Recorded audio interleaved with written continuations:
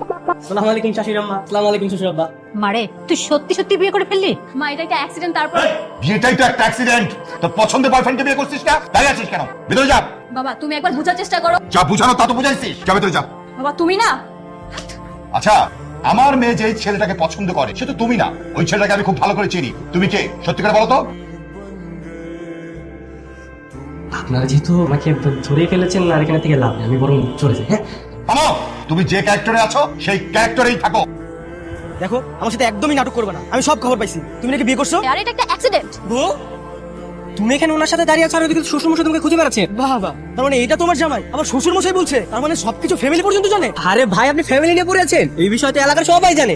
আর শ্বশুর শাশুড়ির কথা তো বাদই দিলে। নীলা বিশ্বাস করো, ওর সাথে আমার কোনো বিয়ে হয় না। আর তুমি যদি বিশ্বাস না করো তাহলে আমার বাবাকে ফোন দাও। হ্যালো। হ্যালো আঙ্কেল, আমি নিলয়। আপনারা নাকি জ্যোতিকে বিয়ে দিয়েছে? হ্যাঁ দিয়েছি তো, কালকে আমরা নিজেরা দাঁড়িয়ে থেকে আমার মেয়ের বিয়ে দিয়েছি। তাহলে এখানে কি আমার সাথে নাটক করতে আসছো? আর কয়টা জামাই লাগে তোমার? হ্যাঁ তুমি থাকো তোমার জামাই নিয়ে, আজকে থেকে আমাদের ব্রেকআপ। নীলা নীলা